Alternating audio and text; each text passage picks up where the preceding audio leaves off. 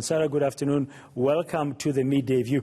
I guess it was bound to happen that in this world of lockdowns, I mean, we spend most of our times on devices now, including children in terms of schoolwork and all sorts. We've been using this online platform. So we're spending more and more time, and more and children are being exposed to this. But, I mean, how bad is the situation? Look, I think the dangers of the online world, to be honest, are not anything new, and the findings of that survey that you were referencing is also not surprising. In fact, they're probably under, the stats are probably lower than they are in reality. The truth is, when our kids are online, it's not really a matter of if they're going to be exposed to inappropriate or violent or cyberbullying content. It's rather, unfortunately, a matter of when. But I think that the thing to keep in mind as parents is, whereas if there's a drug incident at a school, we're not going to pull our children out of school. We're going to equip them how to deal with these situations when they happen. Of course, there are measures that we can take parents chances unlikely. We'll talk about those measures and what you suggest as a digital parenting expert.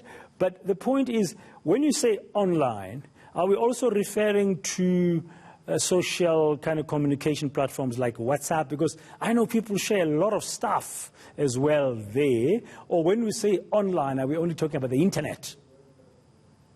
No, I think any platform that has an ability for people to exchange content is what I would consider to be online. Whether it's WhatsApp, whether it's Messenger, whether it's TikTok, whether it's gaming, there's new platforms and apps being created all the time. Okay. Now, I know of some people who say, I've got my children are still younger than 10, and no ways I'm going to get them a smartphone. They'll buy their own when they're older than 18. I'm not going to expose them to that. But the reality is, children among themselves, they also share content.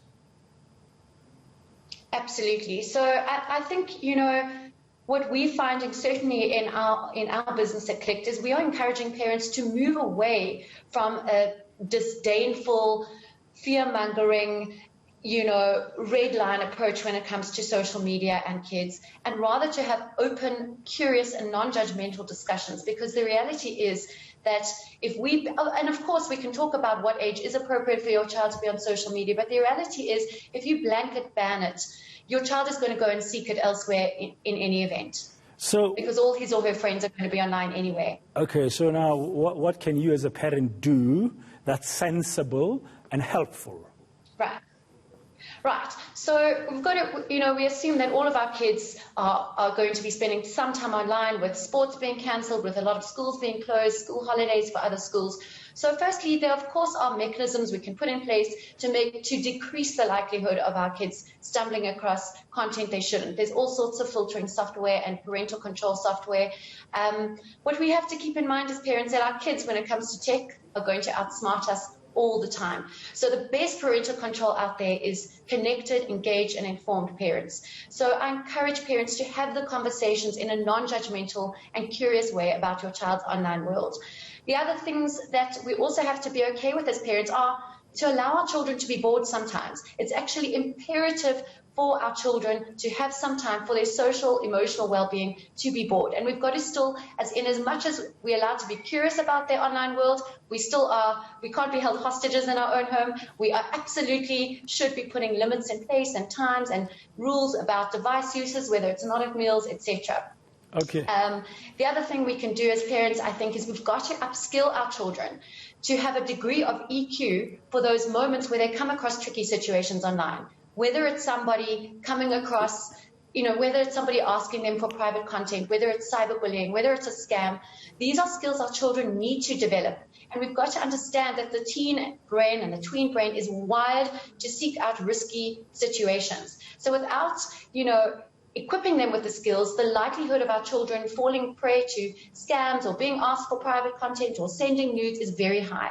So we've got to equip our children with these skills and with a degree of EQ to know how to handle themselves in these situations. So parental control is not equal total banning. It means using the appropriate filters on available platforms in your home to limit that risk. But the main thing you're saying, you use 3 words which are standing out here. I mean, 4 words: connect, engage, inform, and upskill. So you yourself as well as a parent need to be skilled up to understand what's out there, what's actually happening.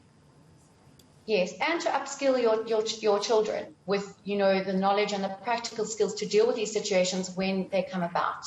And to really, I can't tell you how many parents I've spoken to whose children have landed in tricky situations and that, they always think it would never be their child.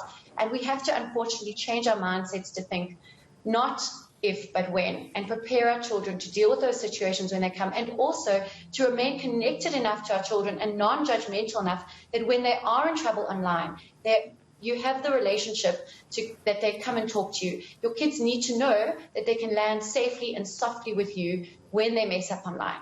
Thank you very much, Sarah Hoffman, founder of Klikd. She's a digital parenting expert, and she has a legal background too.